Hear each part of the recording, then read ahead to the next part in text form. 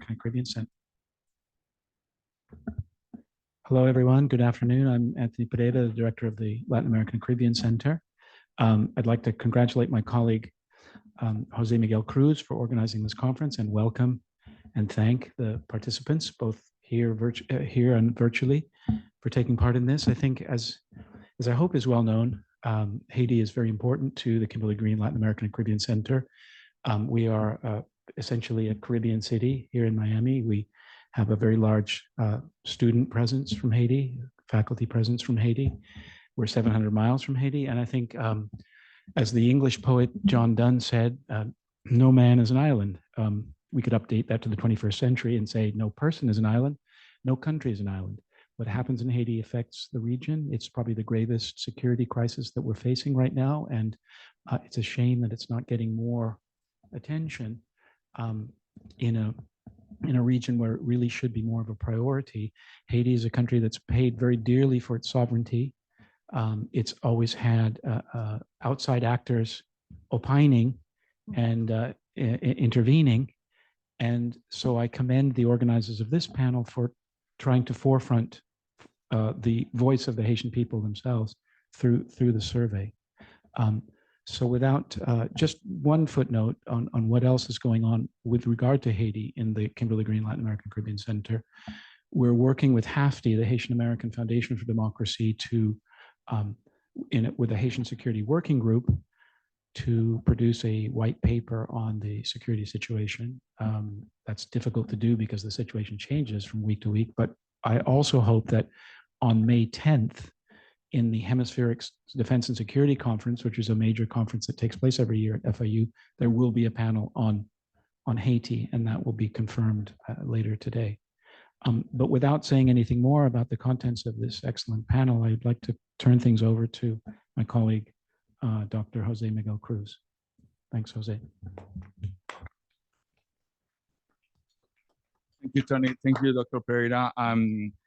Good afternoon, everyone, and welcome to our event, Pulse of Democracy in Haiti. My name is Jose Miguel Cruz. I'm the Director of Research here at the Kimberly Green Latin American Caribbean Center, and we're really delighted to host this event. This is the public launch of the 2023 Haiti's AmericasBarometer report, prepared by Vanderbilt University's LAPOP lab. I want to thank my colleagues, our panelists, who graciously accepted to be here with us in person and online to discuss this important report. Basically, is the results of the AmericasBarometer for Haiti 2023, which basically consolidates some of the views and opinions of Haitians on what's going on. And this event seeks to highlight precisely those things, the views of Haitians, how they view the current crisis, and what should be done, or what should be the responses to it. So to help us understand that, we're happy to welcome a LAPOP lab director, Dr. Elizabeth Zechmeister, who will be presenting a summary of the results, because actually I know the survey and it's very long, so I would have taken us like the whole afternoon, but she will be presenting a summary of the results. And then we'll hear the comments from three prominent analysts on Haiti, Whitlaw Marancourt, Dr. Emmanuel Dujon, and Professor Chantal Berna, who graciously have accepted to be here. For those who are joining us online, for those more than 60 people who are joining us online right now, we have a live translation in Facebook and in Zoom. You're welcome to post your questions in the Q&A in Zoom or in the comment section in Facebook once our panelists have concluded their interventions. And before passing the mic to my colleague, Professor Zechmeister, let me read the short bios of each one of our panelists. Elizabeth Zechmeister is Cornelius Vanderbilt Professor of Political Science Associate Provost of the Office of Research and Innovation, and Director of LAPOP Lab at Vanderbilt University. Her research includes studies on voting, ideology, political parties, representation, gender, charisma, crisis, and survey methods. So welcome, Professor Zechmeister. Then she will be followed by Willow Merancourt, who is a journalist. He's got a master's degree in media management from the University of Lille in France. He's the editor-in-chief of the independent Haitian Creole French-English news organization Ayubo Post at Port-au-Prince, and he's a regular contributor to the Washington Post. Then we'll hear from Dr. Emanuela Dujon, who is a Haitian economist, social impact consultant, feminist, social justice advocate, and writer. Her work primarily addresses the challenges faced by economically disadvantaged populations and under-resourced communities in Haiti and the United States. She founded Policité, a boutique policy lab and consulting firm specializing in development policy. And last but not least, our own professor of the Department of Political Science and History, Professor Chantal Bernat. She's Associate Professor of History and Professor of Politics and International Relations at FIU. Her research focuses on the culture of inter-American relations, specifically concerning Haiti and the United States during the mid-20th century. So again, thank you all for being here. Thank you to our panelists, and I'll leave you with Dr. Zechmeister. Yeah.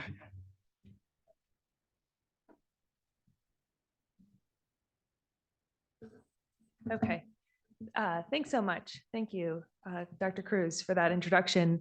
Thank you all for being here, both in person and online.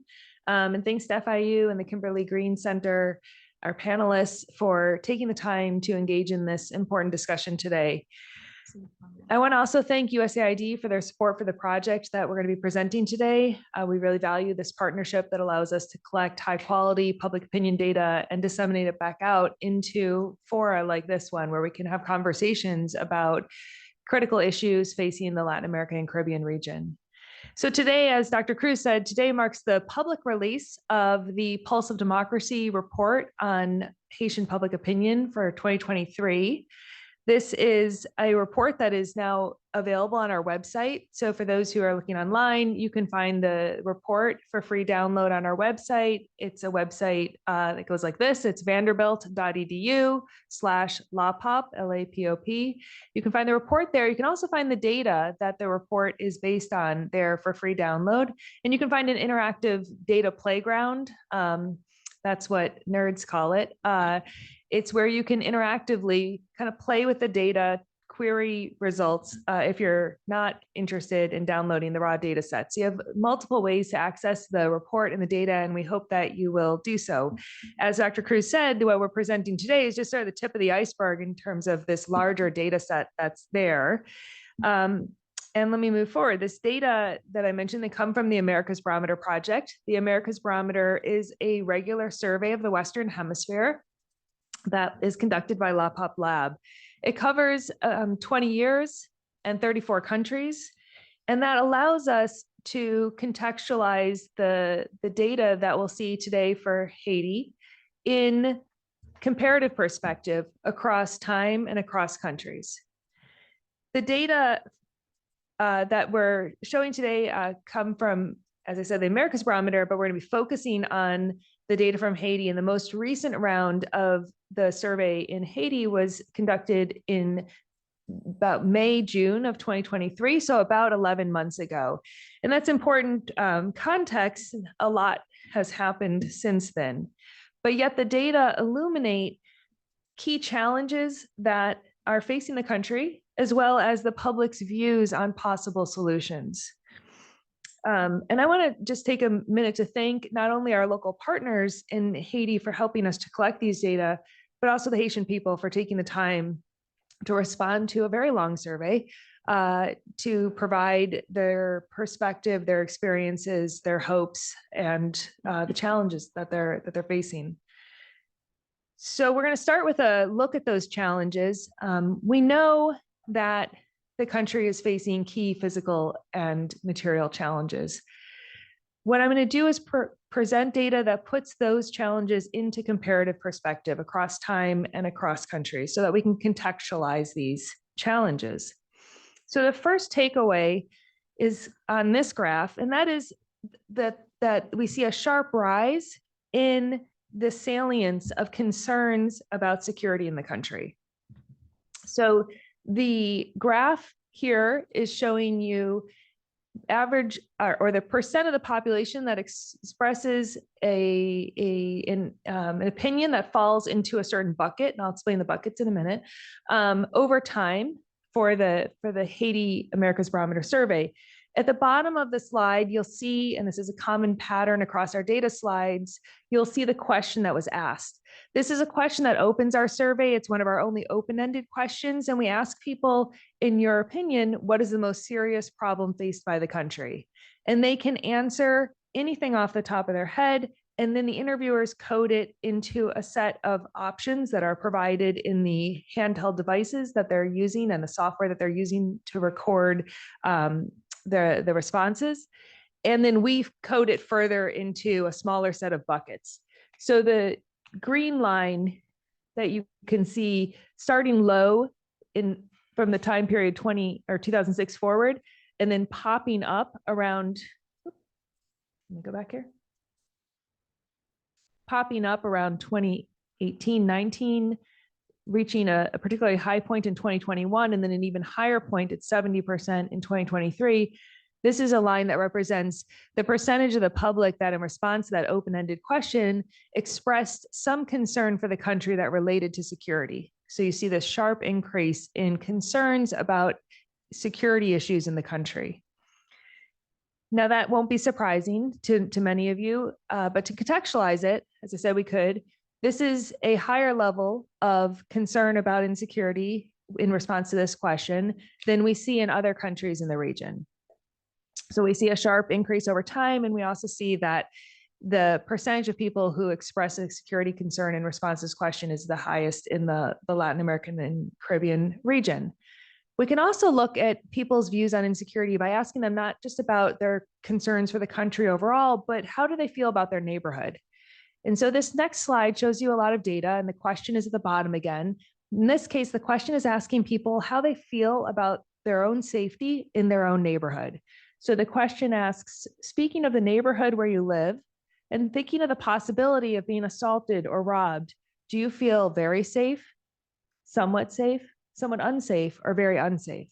And we're showing you here the percentage of people across time and across countries who responded that they feel somewhat or very unsafe. So they feel unsafe in their neighborhood. And you can see a couple of interesting things here. So Haiti is not at the top of the region on this chart, but it is in the upper tier in terms of perceptions of neighborhood insecurity or feelings of neighborhood insecurity. It is also a country that has experienced an increase. So the green dot at 40% for Haiti is from our 2012 survey. About 10 years later in 2023, you see that we've moved from 40% to 56%, so a fairly large increase in insecurity. There are other countries that are experiencing security crises in the region, and you can see some of them at the top of this chart. Ecuador, for example, experiencing significant challenges with respect to insecurity. So Haiti at the top of the chart with a group of countries where these days more than half of the population feels unsafe in their neighborhood. Crime-based insecurity is not the only type of insecurity that people face. Another important type of security that all of us are concerned about is food insecurity. And this chart here gives us some perspective on food insecurity in Haiti. So there are a number of different ways that organizations measure food insecurity. In this case, in our project, we measure it with this question at the bottom of the slide that asks people, in the past 3 months, have you gone without food in your household for lack of resources? So you're seeing the percentage of people across countries and across time, this time comparing again 2012 to 2023, the percentage of people who say that they have experienced this type of food insecurity. And you can see here that Haiti's at the top. Not only is it at the top of the region in terms of having the highest percentage of people who express food insecurity in 2023, but it also has the most dramatic increase over that 10-year period from 2012 to 2023 in the percentage of people who feel food insecure.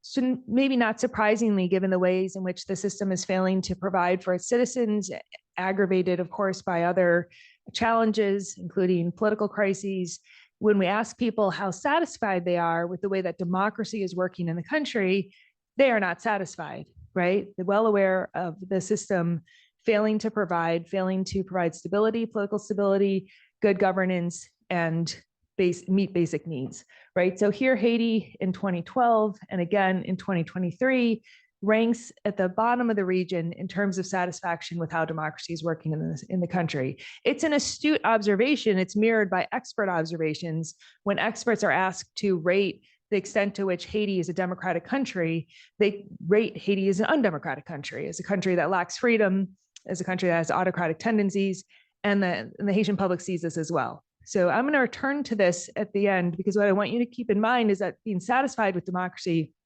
is not the same as demanding democracy.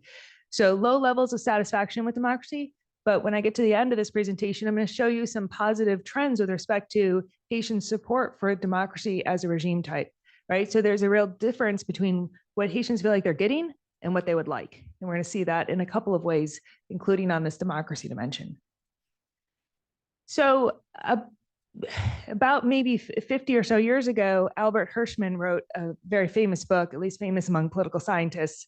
And that book is called Exit, Voice, and Loyalty. And Albert Hirschman argued that when people are discontent with what a firm or a government is providing, they have two main options. They can either exit or they can express voice, right?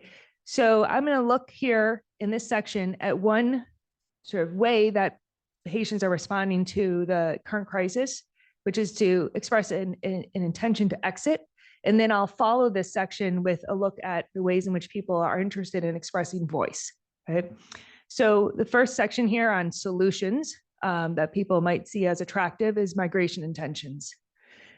This slide shows the percentage of people in Haiti who report an intention to emigrate from the country.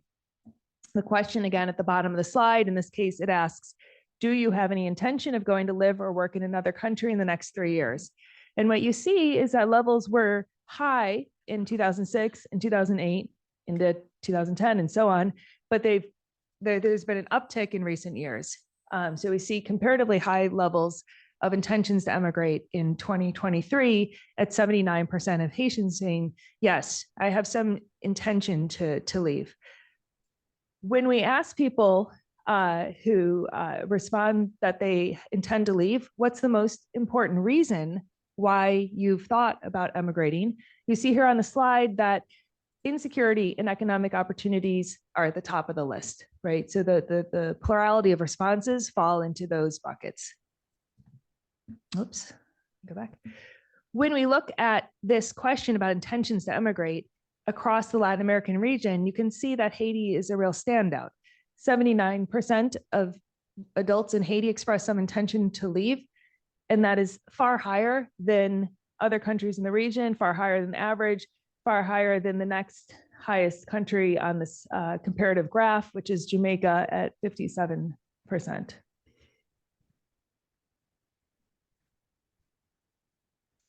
But intentions to leave are not an expression that the person is likely to leave or will leave, right? An intention to leave is effectively voicing a preference for exit. It does not mean that the person will exit. So one of the things that we've done with the AmericasBarometer is we've tried to drill into the question, among those who are interested in leaving, how many of them are likely to put that plan into action? And so what we've done is, with a series of follow-up questions, we've designed an instrument that allows us to distinguish between individuals who are not intending to leave. So we'll call them least ready to leave, right? They respond that they have no intention to leave. And in Haiti, that's that 21%. That is the group that's not part of the 79% that expresses an intention to leave. It's the 21% who say that they are not intending to leave. With the remainder of the individuals, those who do express some intention to leave, we make a distinction between them based on their responses to a series of follow-up questions. And those follow-up questions ask them how likely it is that they'll act on that intention. And those follow-up questions also ask them about whether or not they've taken any, and then there's a list of particular steps to put that plan into action. And so here we see something very interesting. So if you look at Haiti here, when we use those questions and pull them together to create a readiness score index, we see that 52% of the population falls into the low readiness category.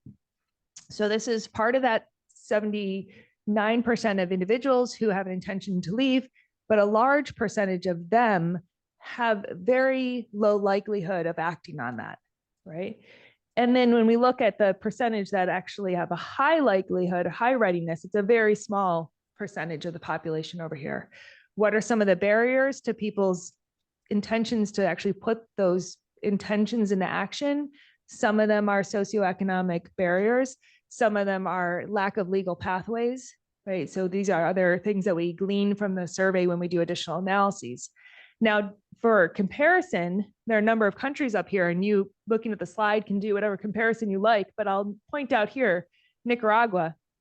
In Nicaragua, 50% of the population expresses no intention to leave in 2023, 50% expresses some intention to leave.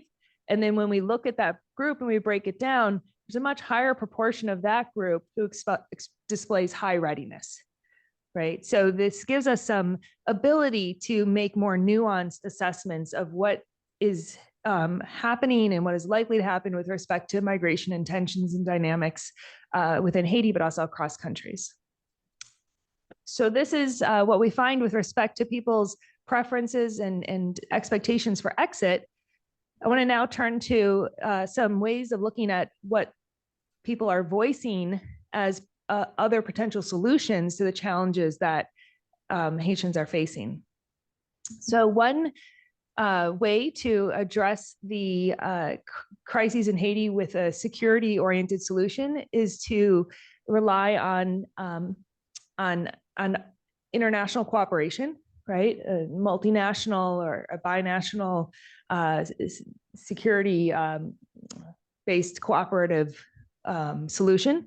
And so we ask people in the survey, to what extent do you believe that the armed forces of, and then it sort of varies depending on the question, either the US or Canada should work together with the armed forces of Haiti or the security forces of Haiti to improve national security. And what you see is fairly high levels of support for multinational cooperation, at least with these countries in this time period, working with security forces in Haiti to try to solve the crisis, to work towards better security. So that's looking outward, that international cooperation as a solution. We can also look at how Haitians view their own security forces.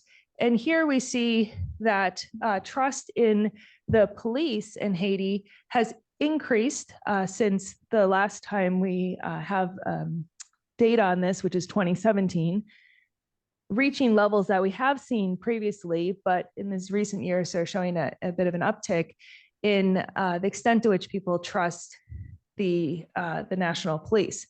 So there are some basis for this. We think we see some bases for this in the survey data. For example, people's experiences with bribe solicitation by the police in Haiti, that experience, the rate of that experience has decreased in recent years. So that might be one reason why we've seen an uptick in trust in the police. There may be other reasons as well. We can then look at what this trust in the police may translate into. So trust in the police is something that most governments try to foster. And when we look at this in comparative perspective, we can see that the efforts around this in Haiti have been quite positive in that Haitians express greater trust in the police than citizens in most other countries in the Latin American and Caribbean region. So high marks, comparatively speaking, on that. Now, that can be helpful for cooperation, civilian cooperation with the police in order to provide and improve security, but it can also have a little bit of a dark lining to it. And that dark lining comes through when we ask people if they would be willing to tolerate intervention by the security forces in the country to take power by coup d'etat as a solution to the country's crises. In this case, asking specifically about a case where there's a lot of crime. Okay, I'm going to slow down a little. I'm trying to get through a lot of data quickly, so I'm guilty of speaking too fast for the interpreters. Sorry about that.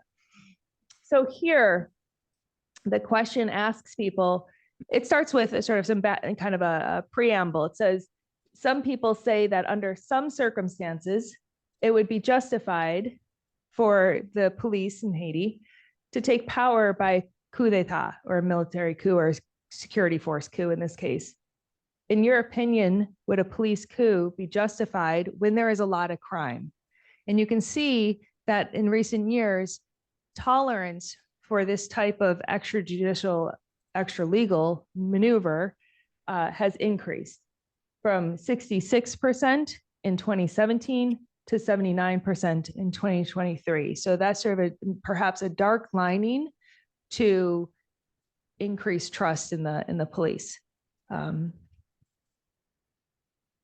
That leaves Haiti at the extreme in terms of the comparative look we can cast across the region for tolerance of coups under times of security crisis, where Haitians tolerate such coups at a higher rate than the rest of the Latin American and Caribbean region, right? So when people view that the system is failing to provide security in Haiti, their tolerance for extra-legal maneuvering by security forces to replace the government is quite elevated. But that's not the only way that people can think about domestic solutions to the current crisis. So another way that we look at this in the Americas Barometer is by asking people about how they view governance and channels through which they as citizens can put their voices into domestic governance. So we ask people this question. This question asks, in what way do you believe you can have the most influence to change things in the country? So how, as a citizen, do you want to put your voice into domestic governance? The good news here is that only 11% of those surveyed respond that it's not possible to have influence to change things. So that is right here.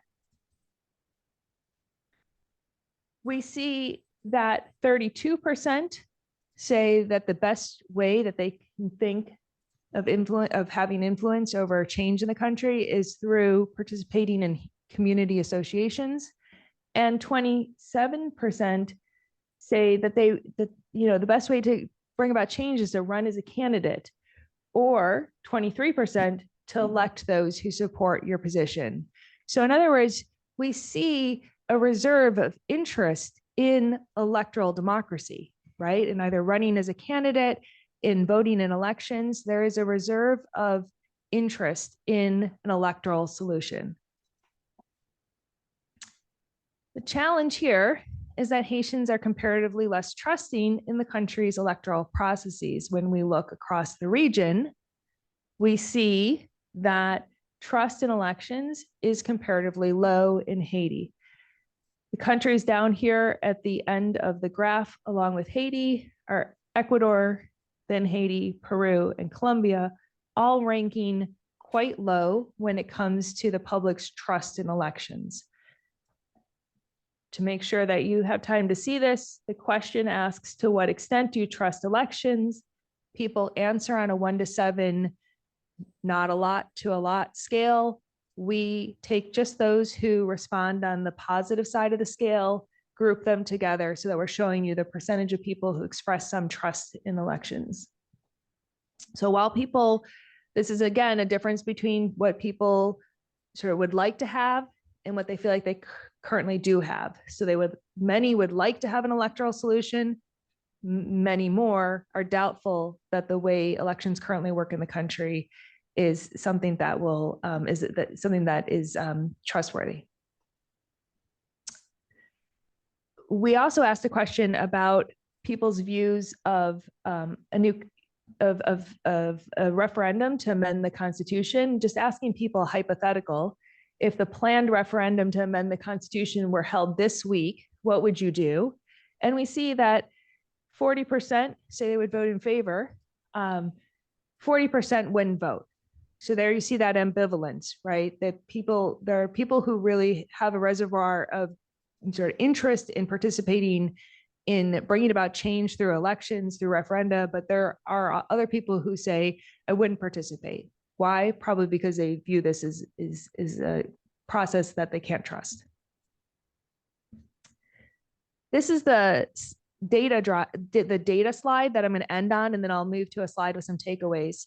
So I said at the beginning that I was going to return to this question of democracy and that we should distinguish between dissatisfaction with how democracy is working in a country and people's support for democracy as a type of government. Here, the question is, democracy may have problems, but it is better than any other form of government. To what extent do you agree or disagree with that statement? Again, people respond on a 1 to 7 scale, and we've coded those who respond on the positive side as supportive of democracy. So what you're seeing here is that Haiti is by no means at the top of the comparative pack, right? It's in the middle, low middle. This is Haiti here. But you see that in 2021, 46% of the public expressed support for democracy, fewer than 1 in 2 adults. But in 2023, we've tipped past the majority to 52%.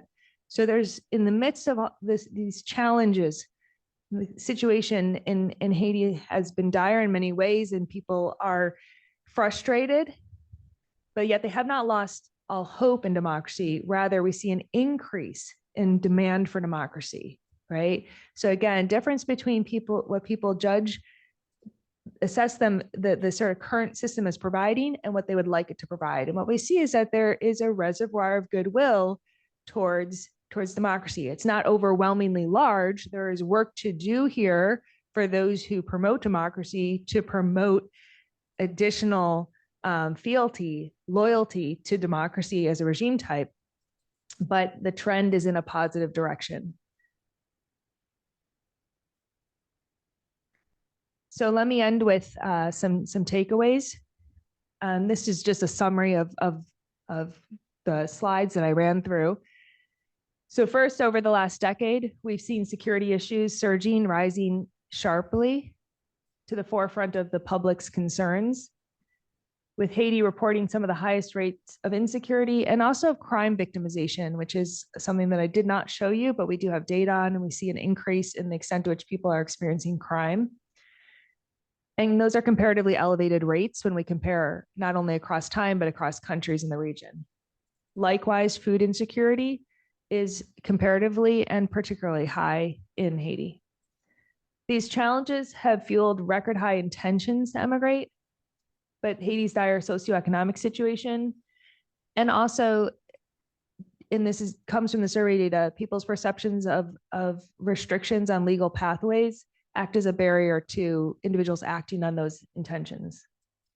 In terms of security solutions, Haitians in 2023 are quite positive about international cooperation, at least with the countries that we asked about in the survey, and also comparatively high tolerance or express a high tolerance for security-led coups.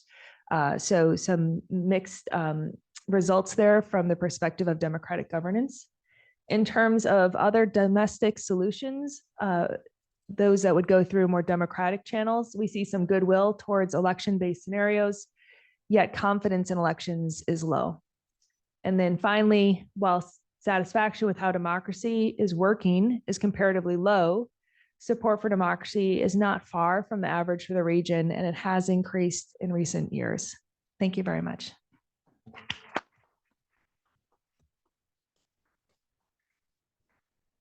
Thank you, Liz.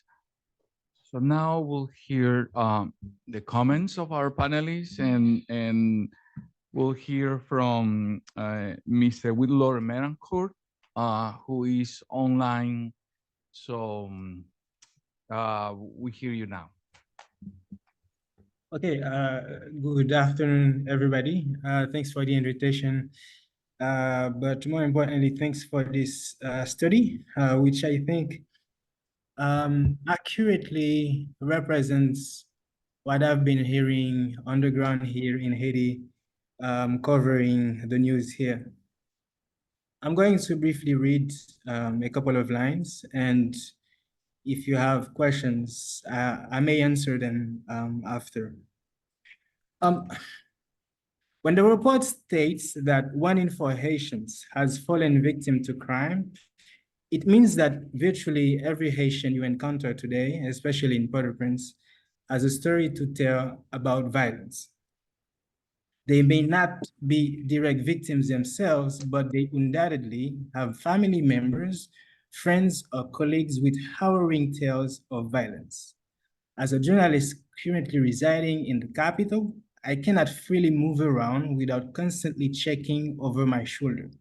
Approximately 80% of the city where I reside is controlled by gangs, and frankly, the influence of the violence of these gangs is across the entire area. In recent months, at AmericasBarometer, the news organization where I work, we've had to relocate 70 members from areas that have fallen under the control of gangs. As the capital rapidly succumbs to gang control, women bear an especially high burden. In certain territories, they are routinely subjected to sexual abuse.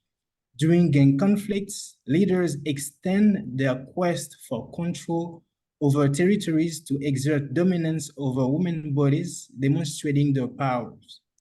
A month ago, we've published an article with the Washington Post highlighting the cases of thousands of abused women who are left, to care for children whose fathers are gang members in a context where abortion is illegal. Several local human rights organizations I've spoken to have expressed being overwhelmed by the sheer number of women who are victims of abuse.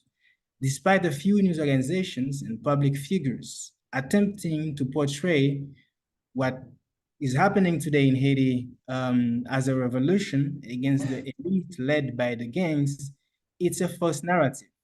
It is not just dangerous, it also fails under scrutiny. The vast majority of the victims today of gang violence are impoverished people, sometimes residing in slums. According to the study, a quarter of respondents acknowledge the presence of gangs in their communities, but few actually indicate that these groups provide any beneficial services. Roughly half of Haiti population today now requires humanitarian assistance, estimated at about $700 million. However, only 7% of this need has been financed so far, which indicates a level of disengagement from the suffering of Haitians rarely seen before, according to humanitarian workers I've spoken with. The largest public hospital in Port-au-Prince is closed today, as are hundreds of others due to gang violence. The few hospitals still operating are overwhelmed with patients, and their supplies are dwindling. For instance, the public hospital of LAPOP in Delma recently informed me that they will run out of key supplies, including anesthesia, in a few weeks if nothing is done. Consequently, although we lack specific studies, the mental health of people living in Port-au-Prince is seriously challenged today. The Haitian Psychological Association is reporting record numbers of calls, with thousands of people dialing the hotline in mental distress. Sometimes some of these people are contemplating self-harm. Virtually all schools in the metropolitan area of Port-au-Prince are closed, depriving hundreds of thousands of children of the rights of education, the opportunity to interact with other children, and the chance to collectively envision an alternative future. Haiti is undoubtedly the most unequal country in the Caribbean, and historically, the phenomenon of gangs is a product of greedy business leaders and corrupt politicians.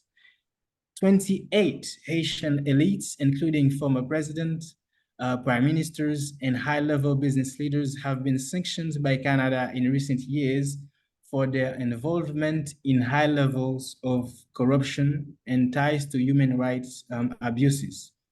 This further underscores the unfairness of the situation, as the economic elite are among the first to flee when tensions rise. The vast majority of people living in Port-au-Prince today, the vast majority of these residents cannot afford the 5,000 US dollars helicopter rides to leave the city today or the country altogether.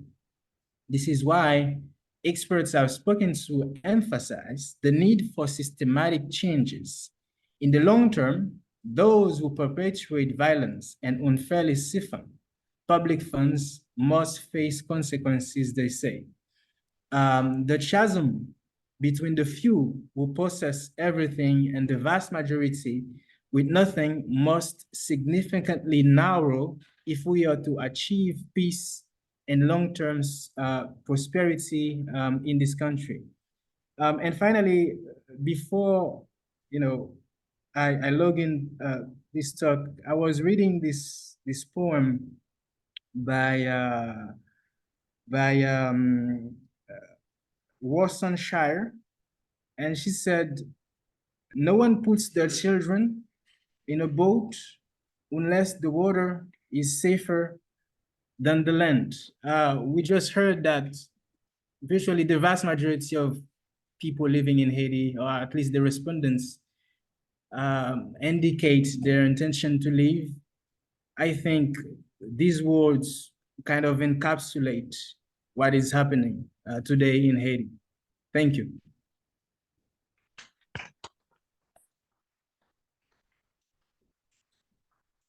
Thank you, Whittlor. Now we'll hear from Emanuela Tujon. Thank you, thank you. Actually, it's just Emanuela Duyo, not a doctor yet. I want to mention it. Thank you very much for allowing me to talk about the insight obtained from the recent LAPOP survey. Every year, I wait for this survey. I think it's very, very useful. We have few reports like this regarding Haiti. Thank you for the work you do. It provides much needed data on the views and opinion of Haitians, and you have the capacity to do it regularly, meaning that we can compare data across time. Few organizations in Haiti have the resources that will allow them to track trends over time. We do conduct survey from time to time, but to do it consistently and with this level of analysis, most of the organization can't, and it's great that we have it so we can capture what the people think. And it's not like the politician really care about that, but it's something that we need to cultivate. And I really appreciate it. And I thank you for this and the opportunity to comment on it. Like Whittlor said, I think this survey accurately describe what I see on the ground, what I read on social media, what I hear when I discuss with fellow Haitian. And it's very interesting. And I'm glad you got a sample that sometimes data are funny and you may get results that are hard to interpret, but you really have conclusion findings that reflect what we discuss every day when we talk about Haiti and what the people think. Regarding the distrust in the political system, it's true that people go frustrated with a political system that failed to deliver, but keep being attractive enough for corrupt politicians and bad actors so that they will fight to maintain control over this system. But at the end of the day, the situation of the people doesn't improve, and there is this distrust. People have poor perception of politics in general, And this has significant consequences. It affects democracy, civic participation, and to some extent, it push people to leave too, because what can you expect from a country where years after years the situation keep getting worse and the leaders keep being it's like it's getting worse also. People mention kleptocracy now when they're talking about Haiti. It's like the worse and worse are the one who are fighting harder to get to power. It's discouraged people to be civically engaged. It's discouraged them to participate in politics. It's also pushed them away from the country altogether into some extent.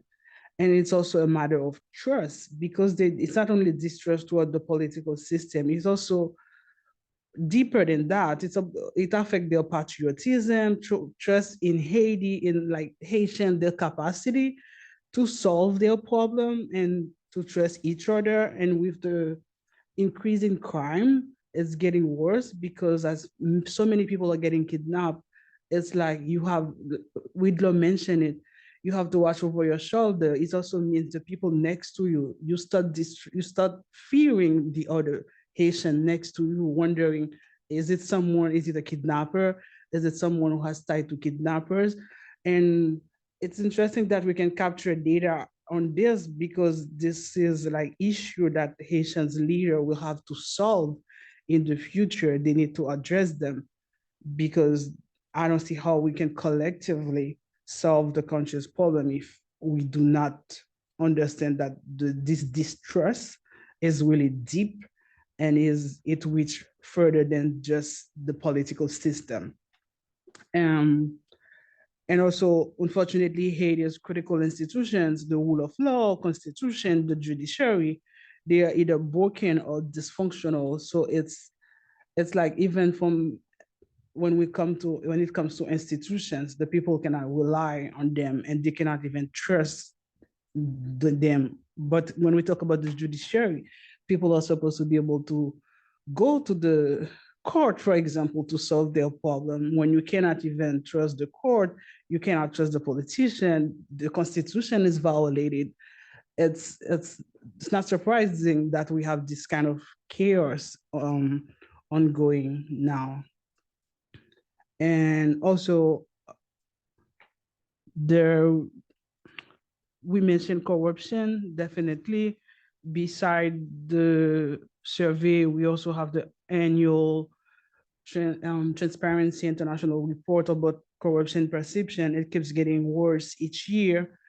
And we had the largest corruption scandal in Haiti in the past few years.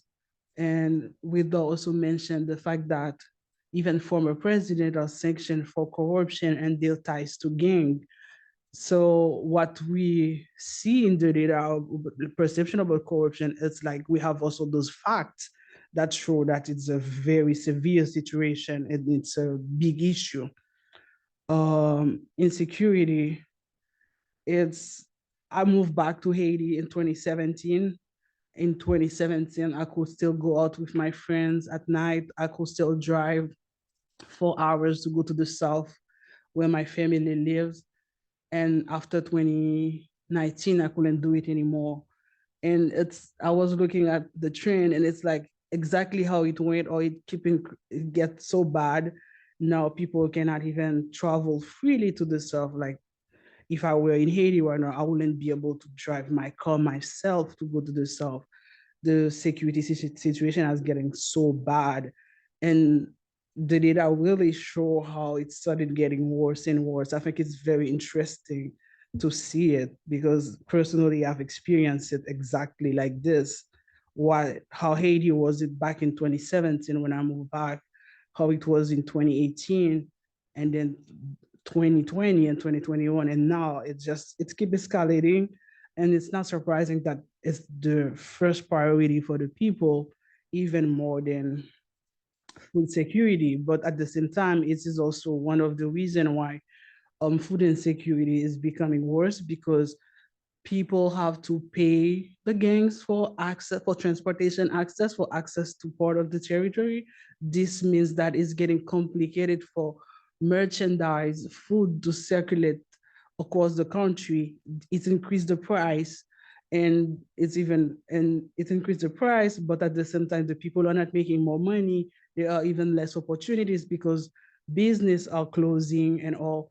It's those are like interlinked, and it's making it complicated. Food is becoming less affordable. The people are getting poorer. They have less resources, less income, and it's not surprising that food insecurity is such a big issue because and it's also linked to the fact that the security crisis has gotten out of hand and the gangs control so much, like such a big part of the territory. And also, I use the word gangs, we all do, but it is worse than that. It's not the gangs that we see in America or other countries. Those are armed groups that are terrorizing the population, and they control some sector of the economy too, because you need them to, if you are importing product and you have large containers of good, it's very unlikely that at some point either you or someone in the logistic team has to interact with those groups to be able to transport the merchandise. Otherwise, they will steal them. They are even kidnapping boat now, so even the sea is not safe. Um, Elections, it's it's like I think after security, it's such a big problem in Haiti. It's a very important one because we need free, fair elections so we can have leaders that will represent the people, prioritize their need instead of their personal agenda and vested interest. But we do not have regular election to begin with. And when we do have election, there are a lot of contestation and there are allegation of frauds. And I think beside the other reason mentioned in the report, the fact that people do not trust the result also make them think that vote or not to vote doesn't change much because at the end of the day, they are not really counting their vote. And then there is also the fact that elected leaders, officials fail to deliver. Therefore, what's the point of giving someone power if they're gonna do what they want? They're gonna serve the people who finance them. It's very tricky, and there are so many factors. But at the same time, unless we have free fair elections and the opportunity for people to run freely, to campaign freely, it's less likely that we will have capable leaders who care. For example, now as gangs control large part of the territory, if you don't have access, if you're not friends with the gangs or you don't pay them, you won't be able to campaign in Mortisan, for example. It means that for now, if we have elections without solving the security crisis, the security problem, we will have elections that are heavily influenced by the gangs because at the end of the day, they will decide who get to campaign where, and even who get to leave the house to vote on election days. And I don't think it's lost in the mind of the people. And when they openly express that they are not interested in voting, and there are also factors that were not mentioned here, how complicated it is to vote in Haiti. And there is stigma um, related to elections. There were like violence on election day. We had a massacre once. I don't think it was only once, but there was one that was bigger than the other. So in the mind of the people, election days are like it can be a difficult day, and people use violence to dissuade people to go to vote too. It's sensitive, it's complicated, and I think there are like so many factors affecting it. And it's very important that we keep this in mind because it's also a matter of legitimacy. When less than 20% of the people show up to vote and they elect someone, less than 1 million people elect someone in a country where 11 million of people are living, you have, for example, it happens with the last president. You have a president who was not elected by enough people to have a strong popular support. This means that his power is weak, anything can happen, And also they don't feel like they owe anyone anything because they didn't have that many people show up to vote for them. It's very complicated and important that we keep those data in mind to see how we assess the electoral prospect and see how we can change this. I really hope policymakers and decision makers, those who will be working on elections to come soon, will pay attention to this kind of data. And I was gonna add a few things about about immigration. It's true that people want to live, and we have one more example with the fact that so many people applied for the humanitarian power program. It shows that people really want to live and seize the opportunity they get. Except I was thinking about the fact that you found that people who receive remittances may be more likely to want to migrate. And I was thinking maybe one of the reasons is that they can see clearly what a difference it makes in someone's life when they leave the country.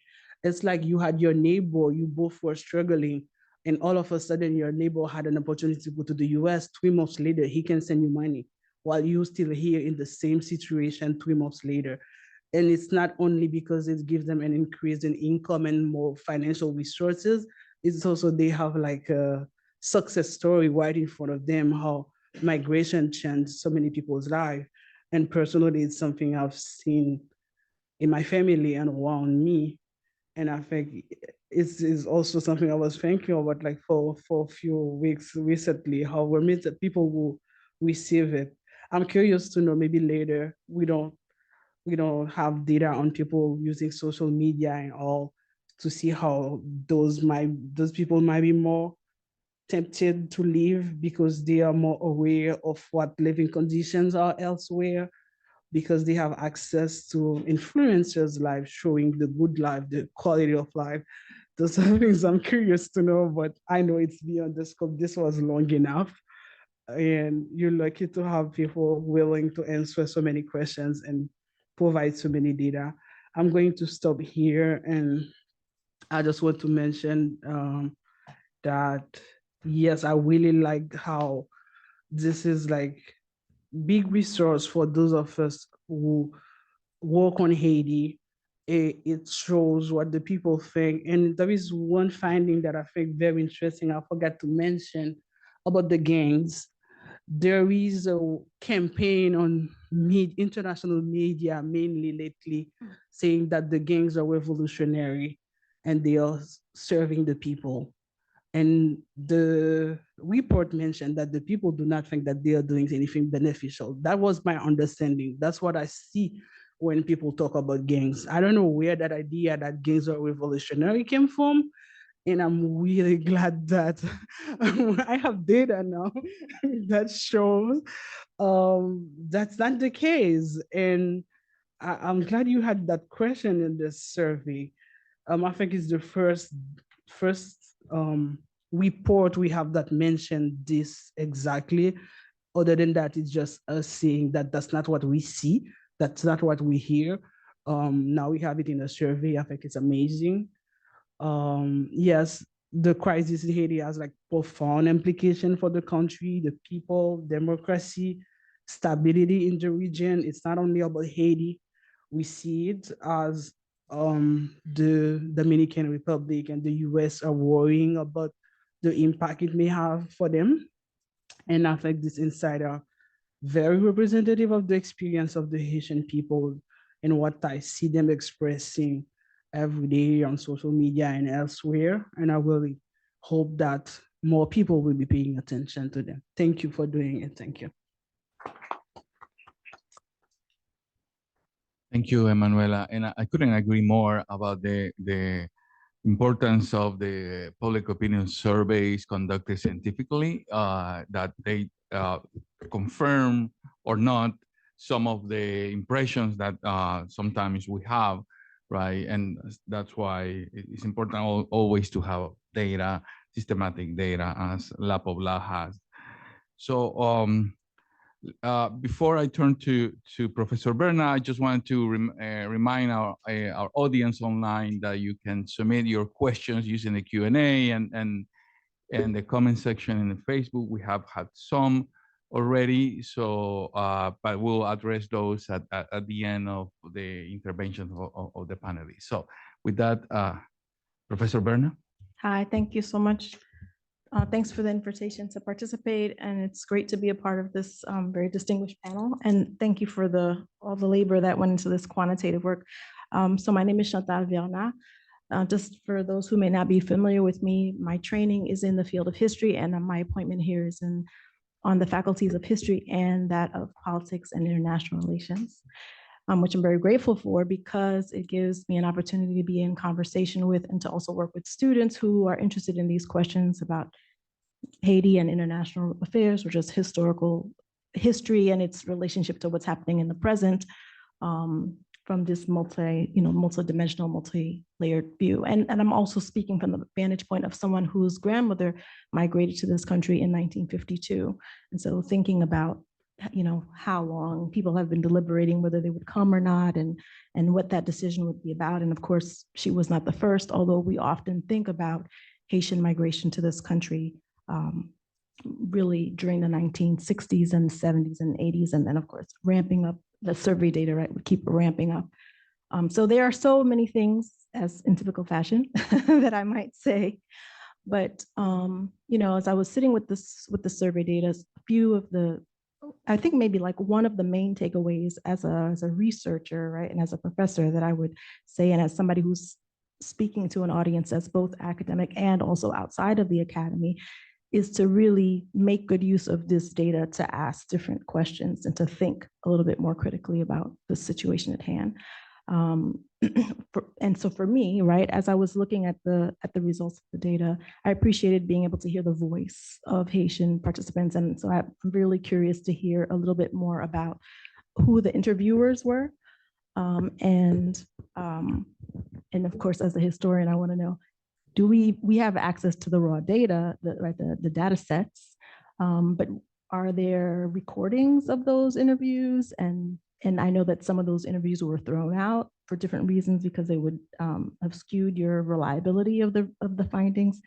And so I'm just curious to know about all of the data and how archivally, right, now it becomes a part of the archive of documenting, and of course, over time, what that would be available, right? Because I think that it is a really wonderful way for us to think about, through all of these questions, the complexity of Haitian society and for me as a historian, the complexity of Haitian history. I want to pause for a moment, and if you'll indulge me, read a couple of lines from a book I published in 2017 called Haiti and the Uses of America, Post-US Occupation Promises. And this is from a chapter, I think the second chapter of the book, which is called The Promise and Peril of Foreign Ties. And it, of course, people who are tuned in right now will see that it's obviously relevant to our present day, because particularly around this question of multinational intervention, right? And so what do we make of the survey results tell us that there is strong support for a military intervention, and that there is strong support for police. How did you describe a police force, right? And so I think particularly in this historic moment, when also there's a strong debate around critiquing policing as a solution to situations within our communities globally, when there's critique about the ways that colonial practices continue in the present day policies. I think it's important to think about that long view on foreign relations, and particularly in Haiti. And so the thing that I argue in this book, for anyone who may not be familiar, is I ask the question of, if we know there's this historic tensions between Haiti and the US, and there's often this critique of US imperialism and international meddling is the language that we hear a lot in the news this day, then why do people turn to migrate here in this country? Why do people see migration to this country as part of the solution? And so that's too is part of what I'd be curious behind the data that you've presented is some of those questions, like how do people define democracy? One of our PhDs here, Dimi Hirar in international relations, did a dissertation. One of the things I really appreciated about Dimi's dissertation is that he looked at the rise of Jean-Bertrand Aristide, who was elected as the first popularly elected president of Haiti, and the LACC movement. And he would ask the question about whether or not what democracy meant for Aristide as a figure, and he looked at that over time and how that changed over time. He looked at the LACC movement and the people who participated in the movement and how their understanding of democracy and changed over time. And he also looked at the different international actors, both from within the United States and across the region, just to kind of circumscribe the matter, right? And what we could do is we could say also, if we just look at the Biden administration, Joe Biden's perspective, you know, Karine Jean-Pierre's perspective, right? Kamala Harris, any of the state officials who are people who are processing visas, right? Each person within the administration, right? They are not people who are working for the USAID who've commissioned this survey or supporting this survey, right? We can't look at this as a sort of blanket, right? So trying to think about complexity. Anyway, I digressed, which I'm good for, so thanks for your patience. In 1898, Haiti's foreign minister to Washington, D.C., Solon Menos, proclaimed that to fortify Haiti's moral and I quote, moral and material position, it sorely needed and would be childish to neglect being open to the friendship of a great nation, what he referred to as international intimacy. And so here he's talking specifically about what were the gains to be had between having ties between Haiti and the United States. And so these are the things that made me very curious, right? We're often very much aware of the negative impacts of U.S. intervention and involvement. And that's been part of the pushback around whether or not there will be a military intervention. And so that's why these survey results that show that there's support for intervention in a very difficult circumstance, you know, are really telling. And so later he says, writing in 1891, well, a little bit earlier, he says, he lamented for too long Haiti's development had been retarded and compromised by the revolutions and disturbances ceaselessly stirred up by foreign merchants or by bankers, eager to gorge themselves with Haitian gold and to fish profitably in troubled waters. I'll stop here. And there's thankfully been some great work, both in terms of academic work as well as in the larger public, particularly through the New York Times expose that drew on a lot of academic scholarship that shows attention to the real involvement, so that even before Haiti had been recognized as you know, getting formal political and economic recognition, how there were still commercial interests and commercial investments in that. And so I raise all those things because the big question for me in the room is the data is presented in terms of how what the Haitian population that you've interviewed reflects, and the comments speak to Haitian society from that data, but without that larger context. And so that is something that I just want to say to anyone who's interested in using this data to, there's any number of things that we could think about in terms of context, to ask questions behind the numbers, ask questions behind the questions and the way that they were asked, and to hopefully use this data for something constructive. I'm at a point where I really value just all of the contributions. There really is work to be done in all areas of the society, and your data also reflects that basic needs, how basic needs are not being met. And so we would think about in the arts, we can think about in education, we can think about within business and the religious sector, right? And we're just grateful for people who are courageously continuing to work in journalism and in healthcare, whatever ways that they can in order to support one another.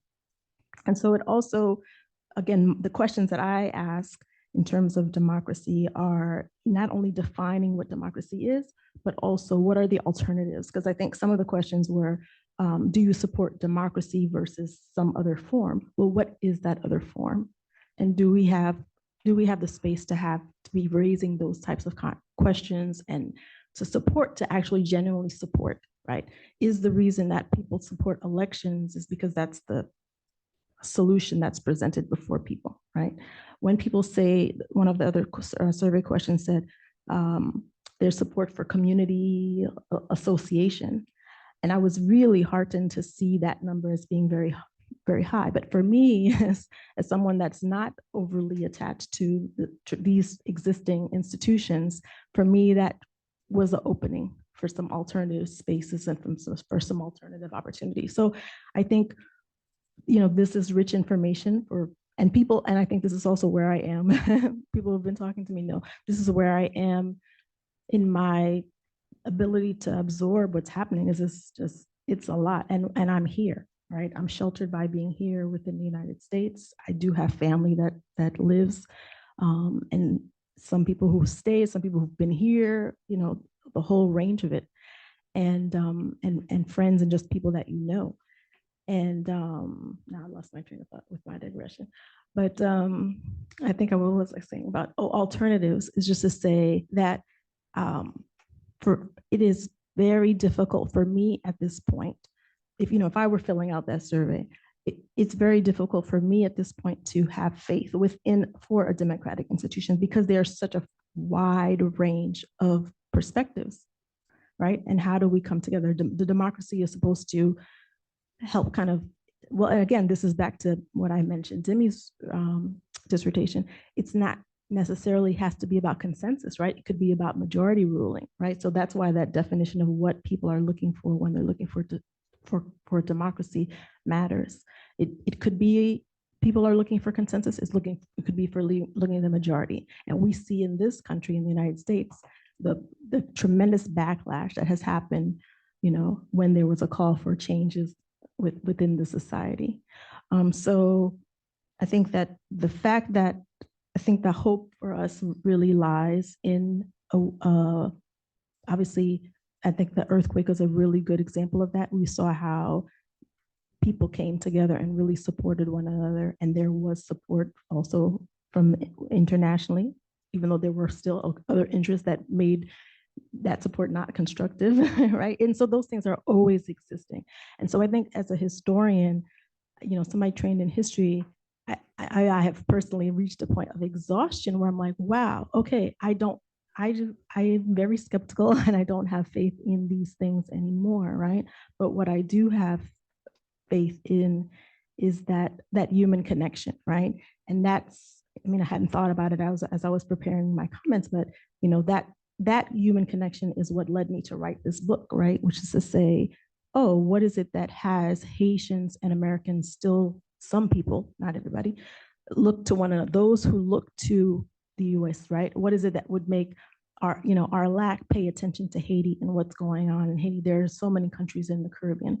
My work now has been taking me to newly independent Africa. What is it that would have Haitians, be ready to step up and be ready to respond to a call from the United Nations to be engaged in the support of movements to support independence within the African continent? And so the point is that there are, we each have different priorities, we each have different values, and we all have different ranges of expertise.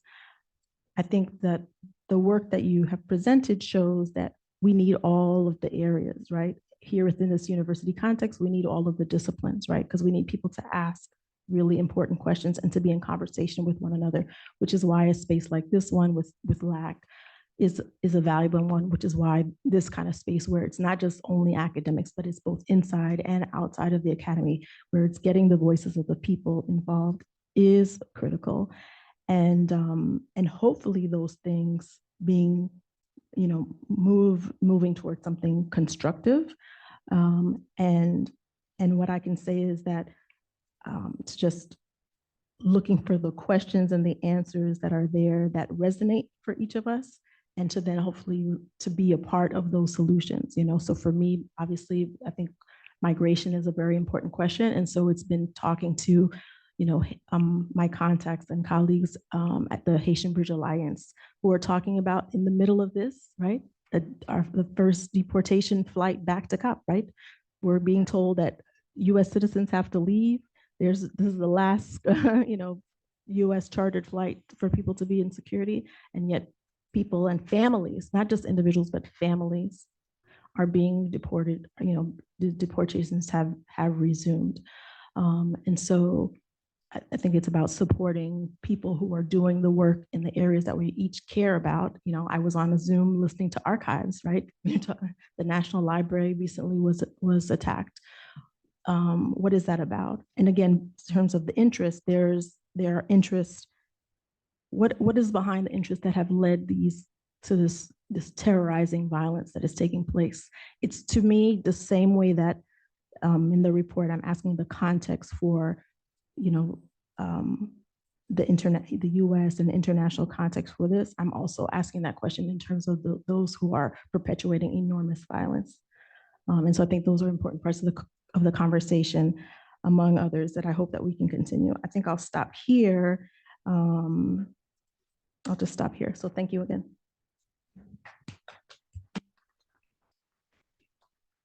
Thank you, Chantal. So we're going to open the floor for questions. We already have some actually that point to the methodology of the survey, which people have been asking about the sample size and the Haitian region where the survey was taken. Also, whether the survey differentiated regionally, because there are different realities in Haiti, particularly according to regions such as the northern region, the southern region, and the Port-au-Prince. Also, whether this study touch on the inequality between the top and 5% and the bottom 10%. And we have another very similar question about where the survey was conducted and which regions, how many people participated, were all based on Port-au-Prince or also from other cities. So these are, for now, some of the questions about methodology. Okay. Thank you so much. And I just want to say thanks for the comments that did such a wonderful job further contextualizing the information that I presented, and that our the authors and the editors of the content in the report so meticulously crafted together for all of us to engage in. So in terms of the methods for the survey, the Americas Barometer is a series of harmonized, standardized, nationally representative surveys. In most cases, the surveys are conducted face-to-face, and the samples are drawn to be representative of subregions in the country and then the country as a whole. So the survey in Haiti was conducted face-to-face up until the last two rounds of the survey, when, due to the pandemic and the security situation, we made the decision to switch the survey mode to phone. At that point in 2021 and 2023, the survey was conducted by phone using random digit dial to people's mobile phones.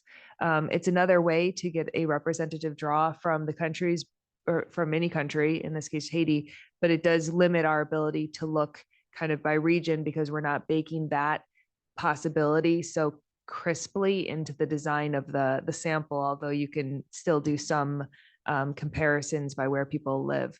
So nationally representative means that the sample is designed in a very technical way. We send the interview, when we're doing face-to-face interviews, the interview team goes out to the rural areas, goes to urban areas, just conditional on sort of where the pin is dropped in a nationally representative poll of people. The interviewers are interviewers who work for a local firm. So they're, in this case, are Haitian nationals. We partner with local firms to collaborate over the design and implementation of the survey. So where we learn new tricks of the trade, we pass those on and where they identify ways that surveys could be conducted better on the ground, they pass those back to us, and we maintain a two-way channel of conversation about how do you carry out high quality surveys in Haiti and elsewhere. So that answers, I think, some of the questions about the methods. The number of respondents typically is 1,500 in our nationally representative surveys. That allows a large enough number of people to be drawn in that the average that we're showing you is a pretty good estimate of the national average that's out there in the adult population. There's always the plus or minus around that. You know, it's about sort of, you could think for a typical survey, it's about 2.5 percentage points or a plus or minus, but it depends on the analysis that you're actually running.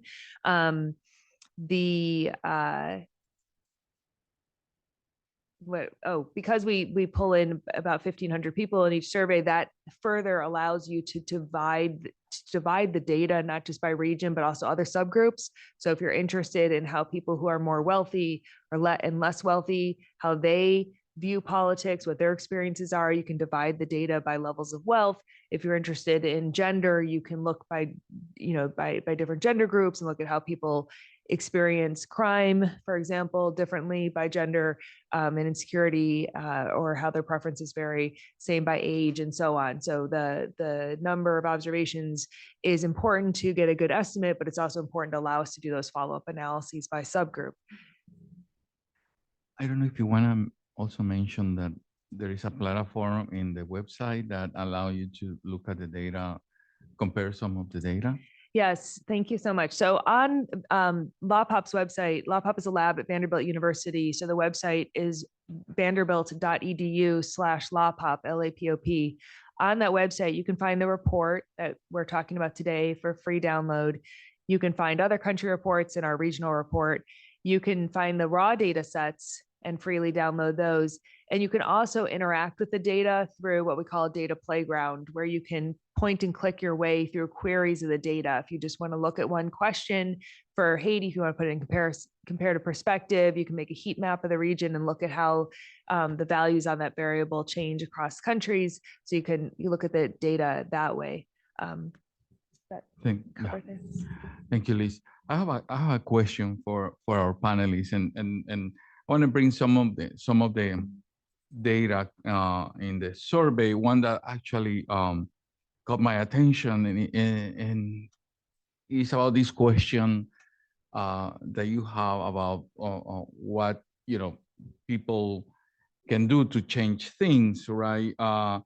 And looking at the results, if I got it right, like a third said something like participating in community organizations. Then you have a 23% say in voting, and you have, I can't remember in this exact percentage, but in the end, it's around 74% of Haitians saying some kind of civic participation, right? Which is, it seems to me, high when we think in other countries. I've been seeing these results in other countries. It's not in this report, but I've seen in other countries. In other countries, sort of the percentage of people saying there's nothing we can do, is the way things are, and we cannot change anything, is higher than it is in Haiti, whereas in Haiti was only 11%. So I wanted to pick your brain on these these results, right? Basically 3/4 of the population saying that, well, yeah, we can do something in different ways: voting, participating locally, or even running for office, I think was the other. So why you see this kind of strong engagement in a situation which is dire, whereas in other countries that situation is not that complicated, people are just giving up?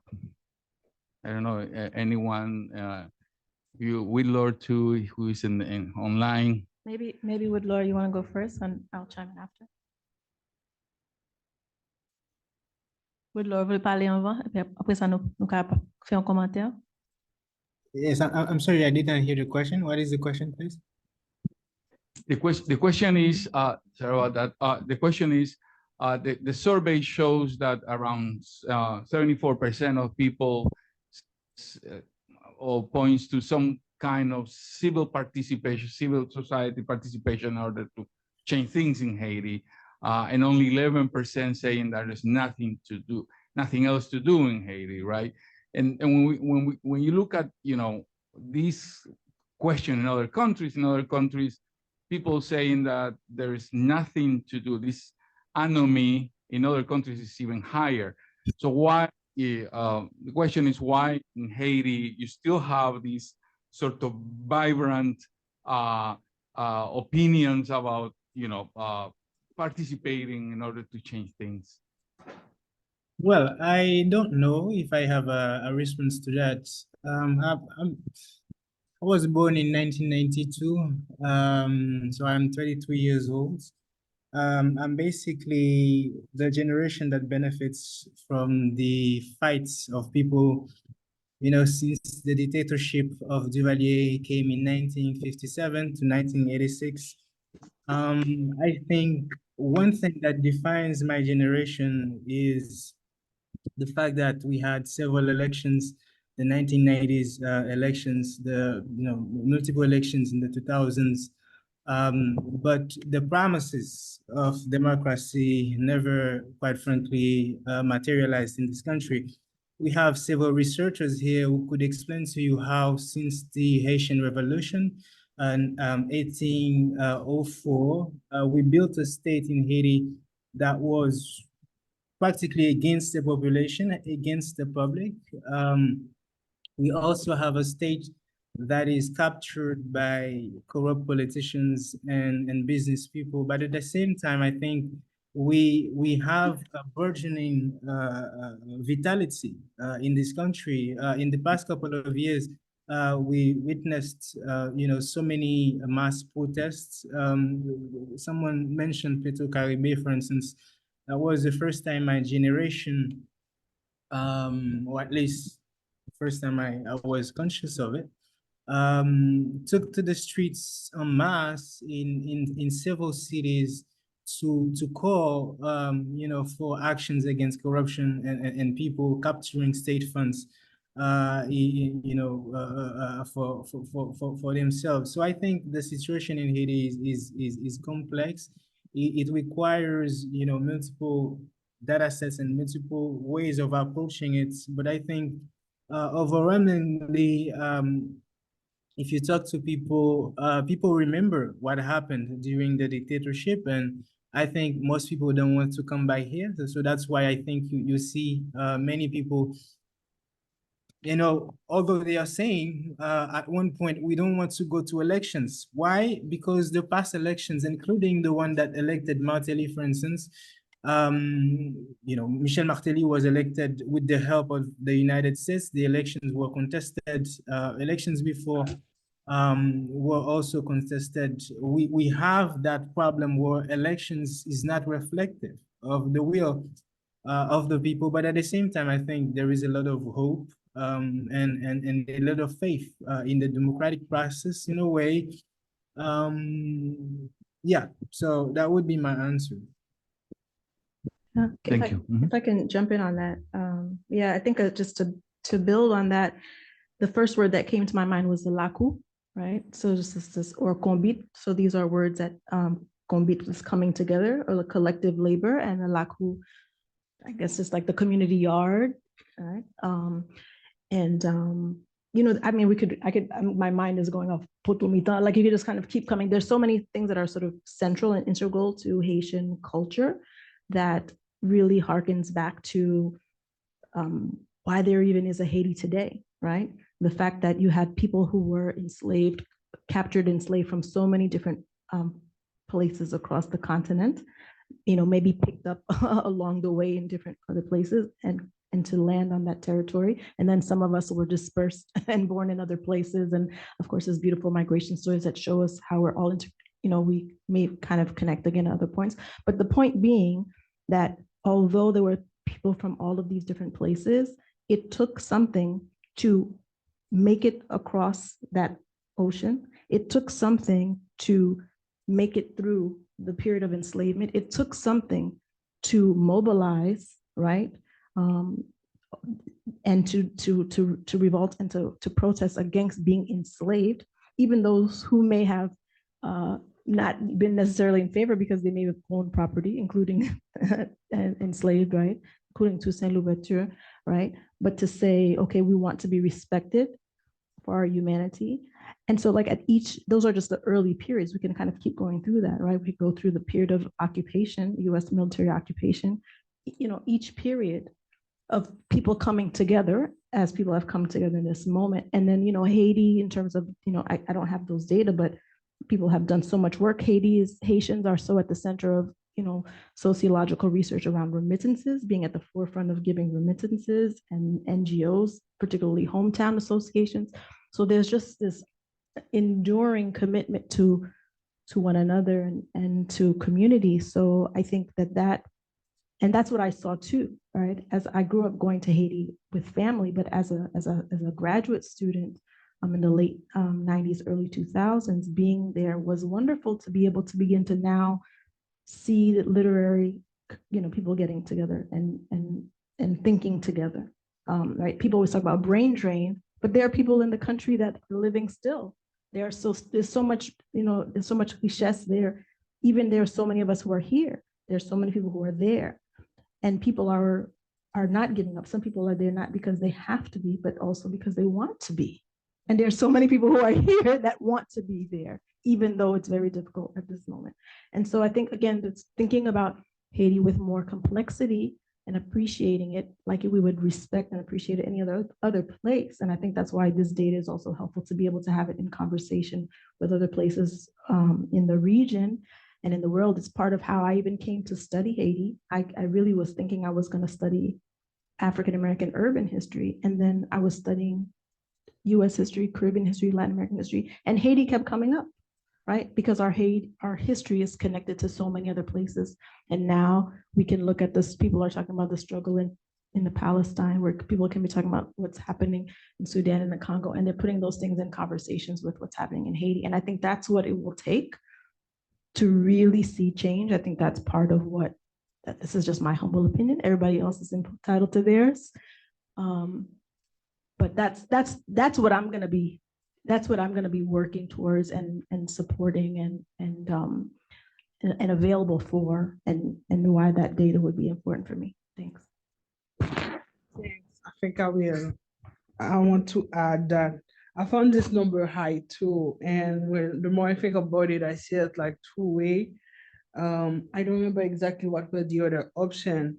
The less positive side, I'll say I'm kind of worried it's because they don't want politics. So we have a high number for civic participation. It's great because it's participation still, but it's also kind of sad that it's like so much focus on the civic participation, but the political participation side, people really want to avoid it because of all the disappointment and distrust. But also what I want to mention is that it's also in the nature of Haitians to really, despite how hard the situation might be, to kind of want to do something. And I won't use the word that people use very often with, yeah, exactly. Telling this resilience, I don't want that. It's not that, but I think that we kind of and I've stated briefly in my previous comments, we kind of underestimate Haitians' capacity to solve their own problem, their willingness to solve their own problem, because we always have the rest of the world thinking for us and trying to find solution. But people really are trying to solve their problem. And although I don't necessarily agree with the example I'm going to take, for the security problem, people in some neighborhood are taking it upon themselves to fight the gangs. As it has some clear, really, sometimes they kill them and you will hope that they will send them to prison instead. I wasn't there. I don't know if it was legitimate defense, but even the gangs, they don't have guns. They don't have the resources. In neighborhoods, people organize themselves to fight the gangs, and they managed to push away some gangs in several neighborhoods in Port-au-Prince. It shows that the people really think that without officials thinking for them, without the right infrastructure. It's up to them to solve the problem. So they're willing to engage. They've done it right after the earthquake in 2010. They were the first to organize themselves, to rescue the people, to see what they can do. And I think it's still it's still what's happening. They think that it's up to them. And also it's a matter of survival. Things are getting worse. If they don't do something, who is gonna do it? For example, they've been waiting for a military intervention for more than a year. And it's like, if we don't do something, who's gonna do it? Maybe. So that's what I think is at play. Maybe that's why we have this number, but it's still high. And I think it would be great to explore it further. Thank you. I think we have some questions here in the audience. Yeah.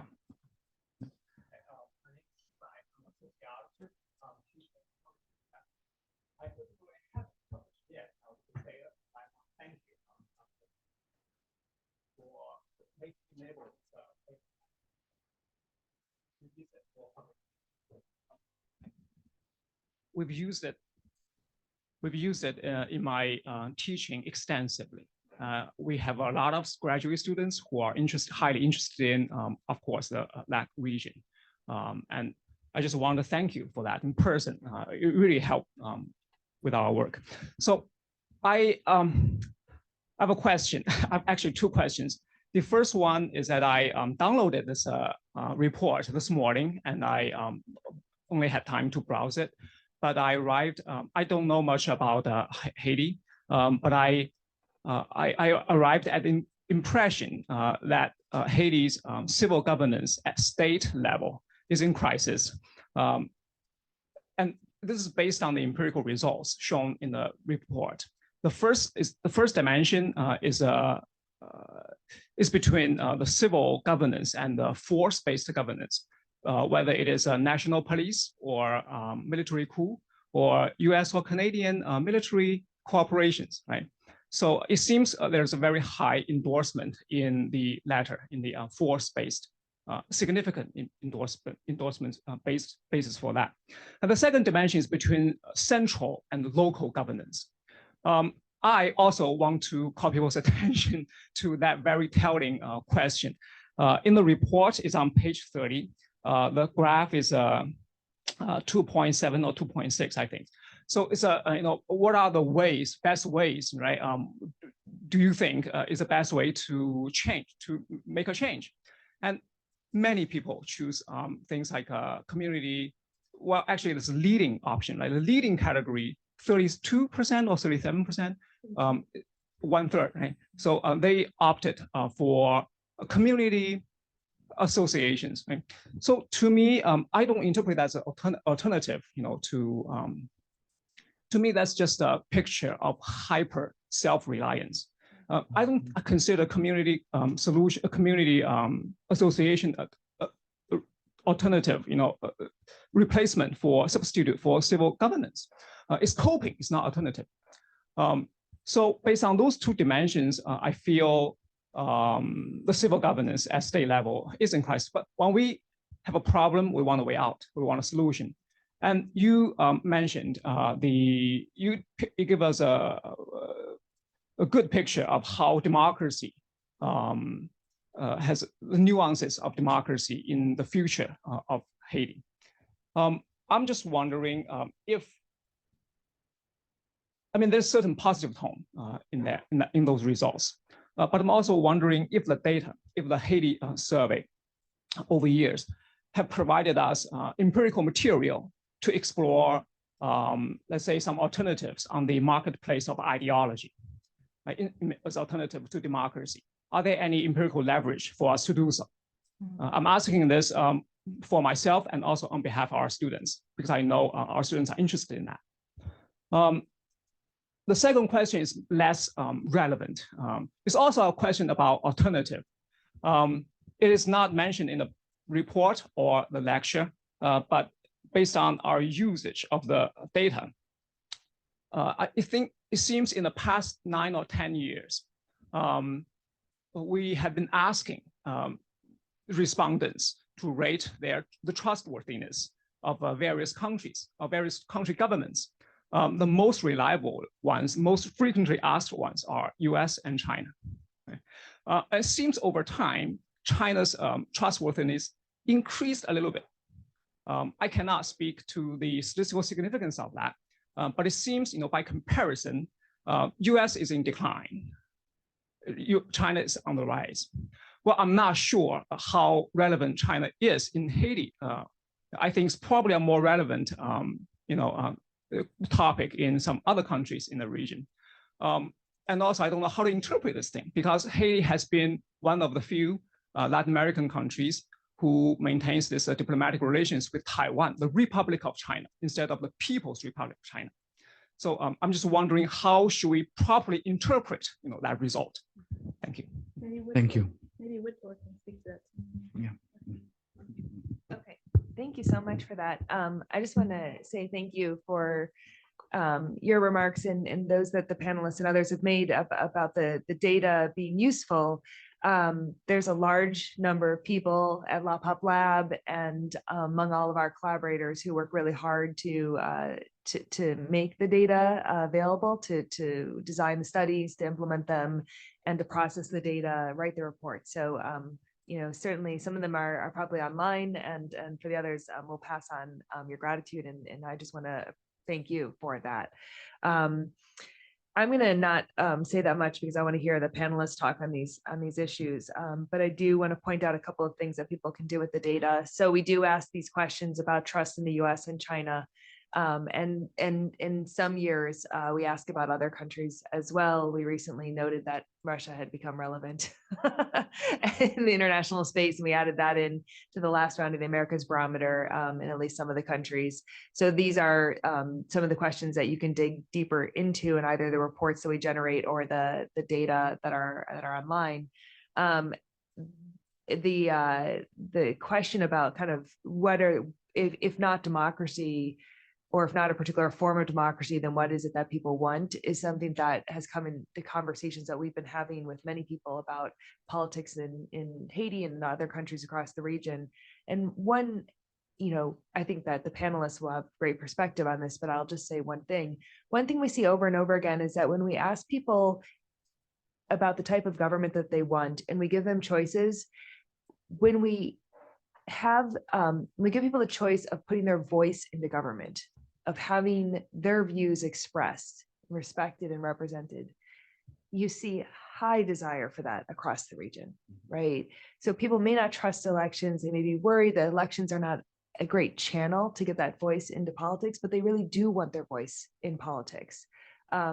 So I think we don't know the answer. There's no one answer to what is it that people want in terms of how government is structured and whether it's majority rule or consensus rule or anything else. Those are questions that we have some survey data on that. We can dig deeper into that. But most people think of this in more simple terms, not simple as in, not smart, as simple as in basic. Like, what do you want out of government? And one of the things that people want is they want their voice heard, right? So I think that as we move forward towards solutions, one of the things that people are going to need to work towards is, how do you create channels that are trustworthy and effective for people to put that voice into politics? And that to the extent that you can do that, I think you'll find that people appreciate those institutions more than they would otherwise have done so. I don't know, is Whitmore still on the Zoom? Whitler, are you with us? Yes, I'm here. Can you answer this question about the views on the US and China in Haiti? I'm going to let Emma address this. Everybody wants to pass. I think there's been growing frustration with U.S. involvement in Haitian politics and maybe even assistance to Haiti. And I'm not sure if you had the numbers, what people think in this report, but usually what we see is that there's been frustration and disappointment, and the kind of relation that Haiti has with the U.S. is a very special one. US ambassadors comment on matter of national interest quite often. Political actors rely on the US support a lot. One analyst of Haiti often say that the US is the biggest constituency. I really think it's illustrate the kind of relationship that is going on. And but for the population, since those leaders, those political leaders and officials fail to deliver, it's like the influence is not really positive because it doesn't contribute to improve their life. And there has been groups that are looking for alternatives and trying to see how we can have other allies or, and people are looking elsewhere. It's true that Russia has emerged. There are people going to protest with Russian flags, saying that we need to have stronger diplomatic relationship with Russia, China too, because some people say that China invests more money elsewhere. We need to kind of stop having this relationship with Taiwan only and have it. They are also strong supporter of Taiwan because of the history of between the two countries and the strong support the Taiwanese always give to Haitian government. But less and less Taiwanese less present as they were in the life of the people. What I mean by there is that they used to implement project. People will see the Taiwanese working. It's a different dynamic now. I think the relationship is more between officials, and I don't think it's playing to the Taiwanese advantage because they're losing this kind of connection. And since same for the US, the elected officials fail to deliver, therefore you may have a very interesting relationship with those officials, but in the mind of the people, you're not really doing something great because they don't see you, they don't see what you're doing. But historically, I think the relationship with Taiwan is still, the perception is still quite good. And then there is, I don't think we have that in the report, there is French too. So French, Canada will suddenly started playing a very, very important role in Haitian politics more than before. Many of the sanctions, I don't know what, if we do a survey next year and ask, I don't know what the perception will be based on that. What else could I say about that? I think that's what I have to say. Oh, wow, quick question. Hello, thank you, Dr. Zechmeister, for coming to FIU. My name is Jamal. I'm a PhD student in the Earth and Environment Department. I'm interested in environmental economics. And I saw on your slide that you had the highest concern for the economy, and then it switched to security. And I'm wondering, were there any like indicators that overlap between those two over time? And if not, I can look at the raw data and, answer my own question.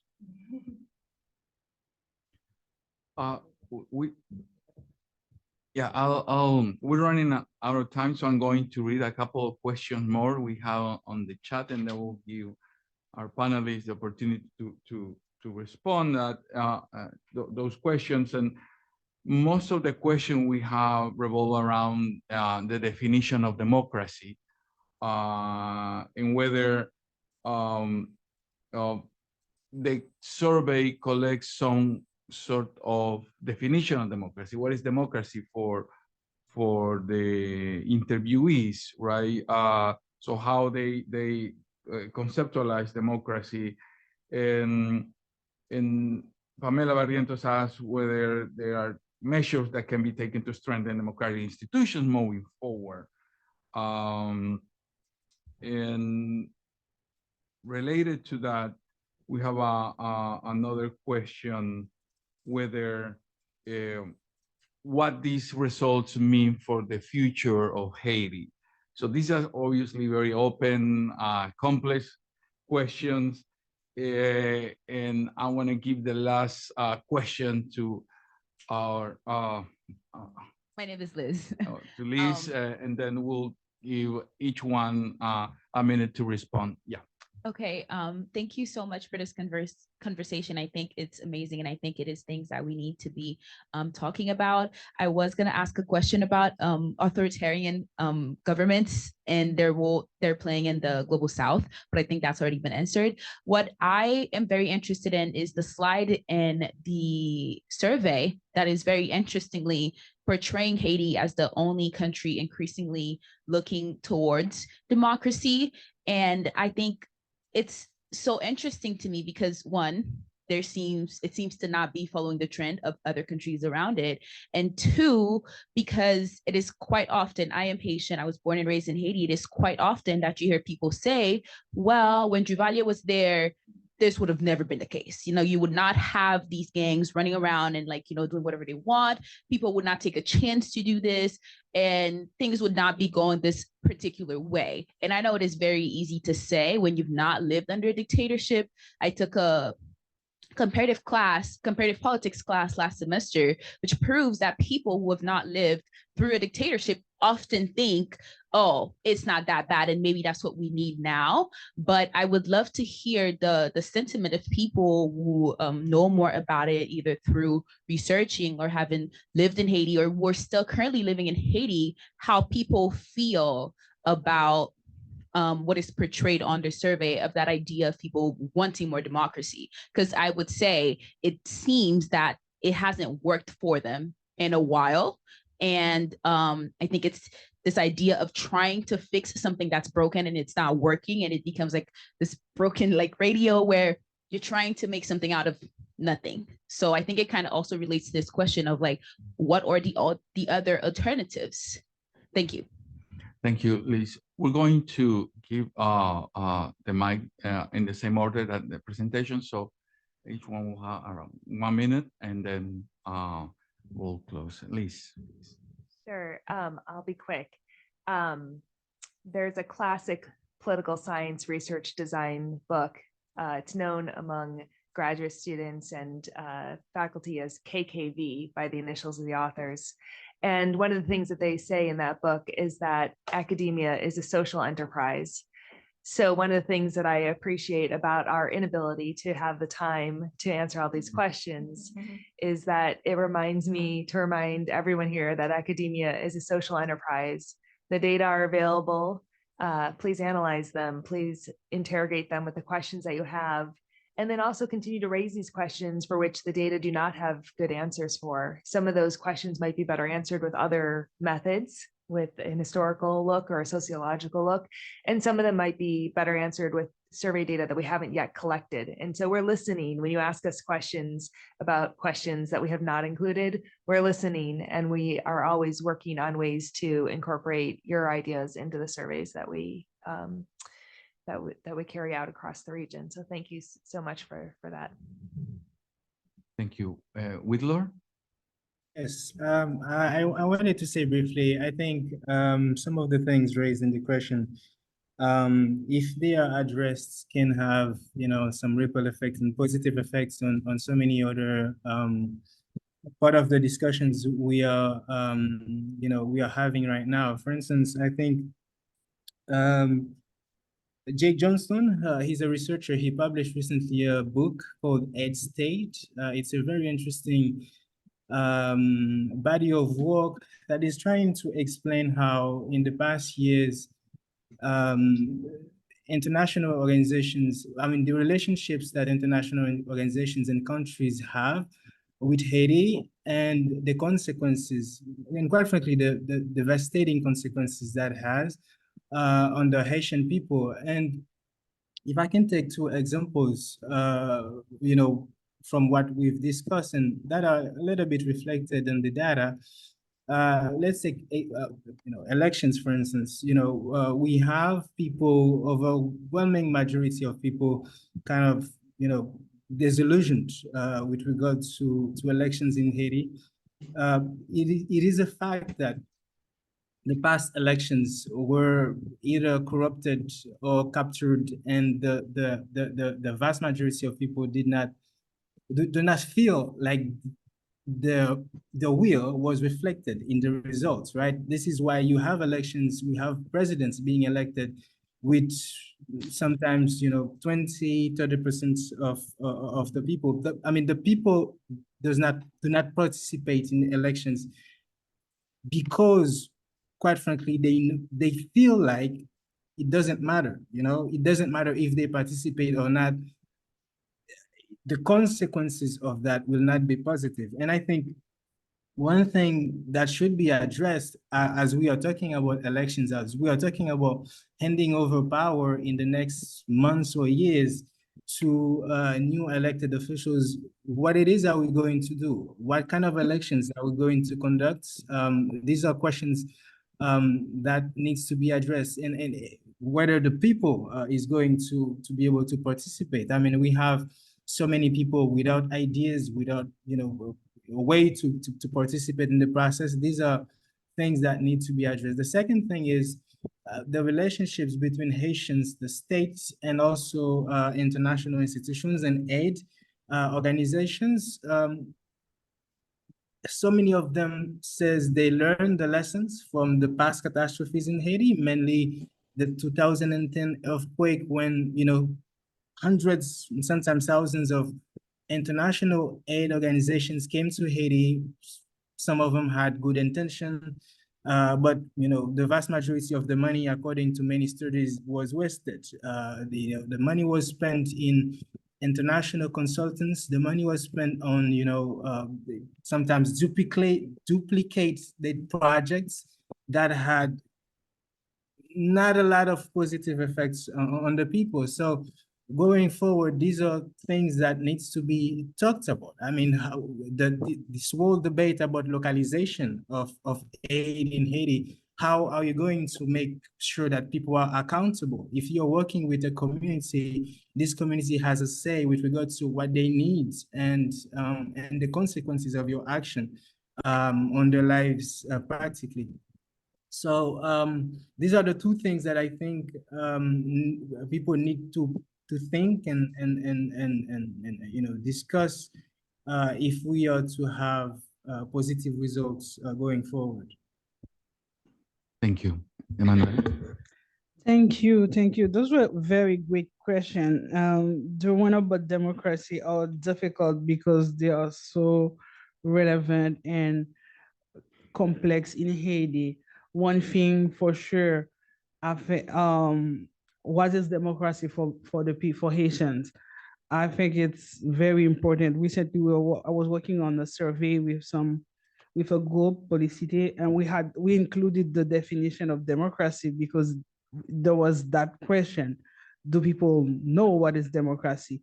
And from my experience, we made the transition to democracy after a very, very violent authoritarian regime. We woke up like they had to flee the country after 1986. So for many people, democracy is freedom to do everything you want. And this is why so many Haitian politicians have no sense of accountability to the people and respect of the rule of law, the obligation to organize the election on time because of this idea that democracy is freedom. And it's really, what is democracy for the people? We need to know. Maybe this question is one where what people are saying about democracy may not mean the same thing.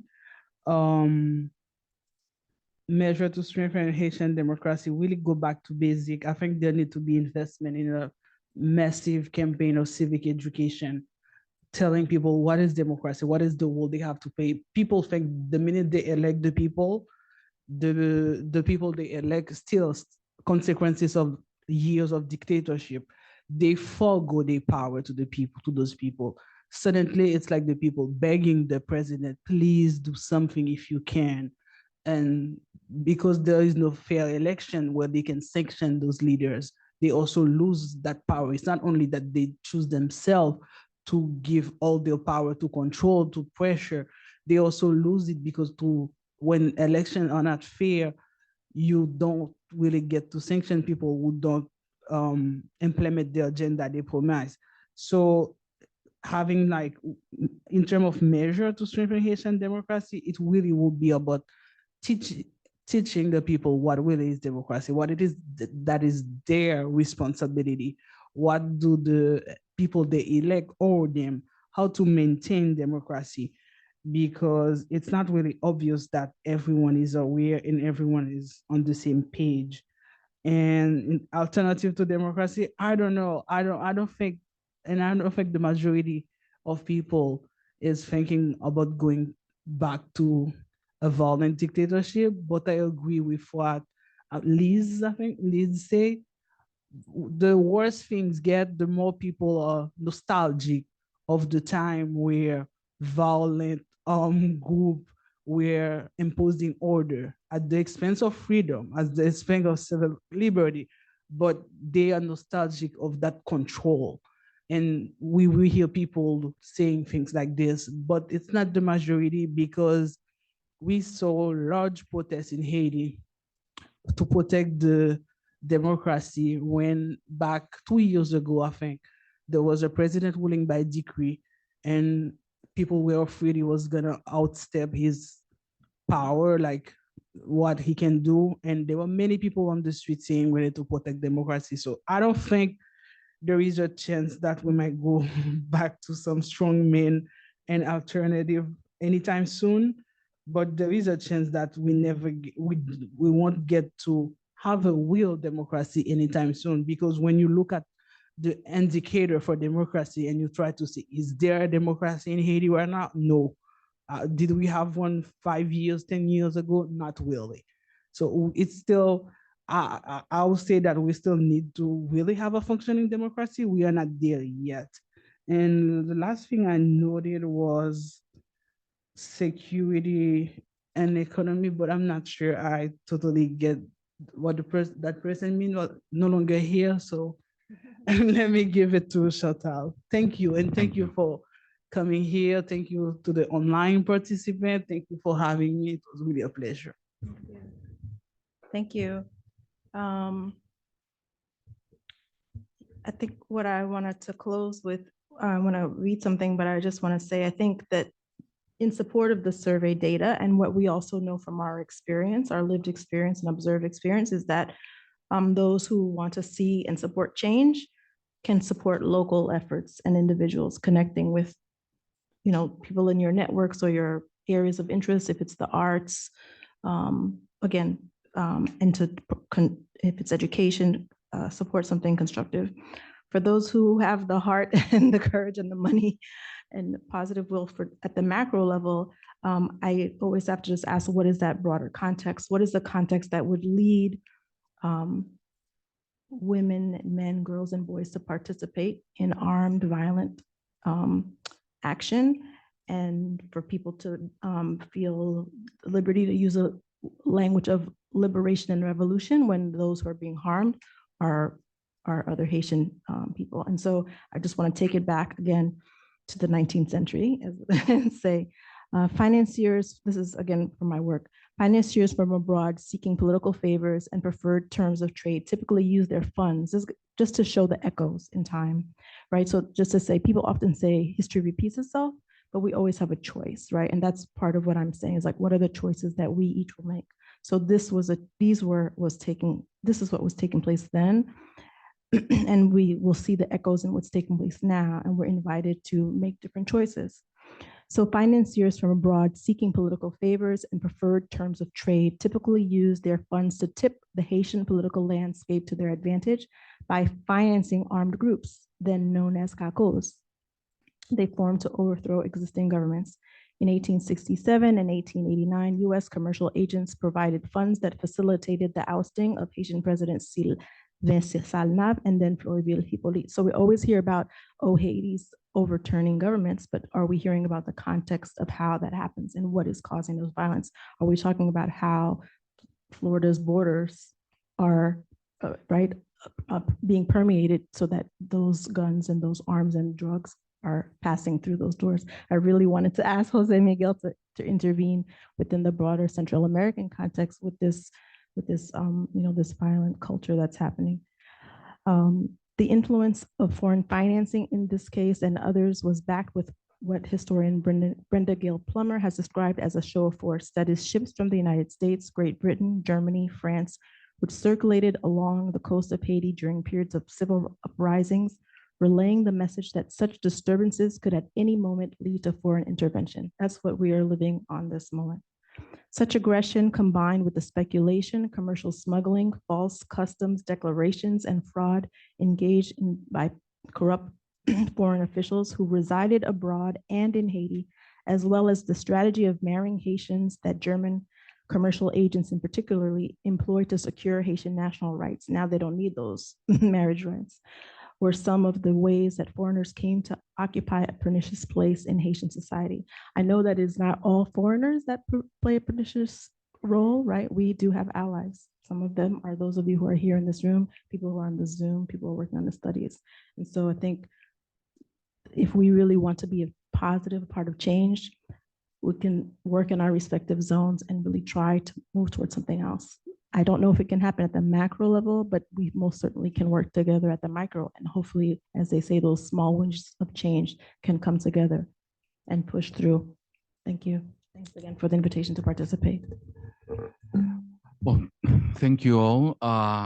Time is always our worst enemy, and I'm afraid that we have to close here. I don't want to close without thanking Zechmeister and LAPOP for selecting us to launch this and partnering with us always. Also our panelists for coming and participating in this, and to you all here and online for your attendance, and also the team of LACC who have made this possible, Dr. Baristel, Fiorella, Lucy, all my colleagues. So thank you all, and please stay tuned for other events on Haiti. Thank you all.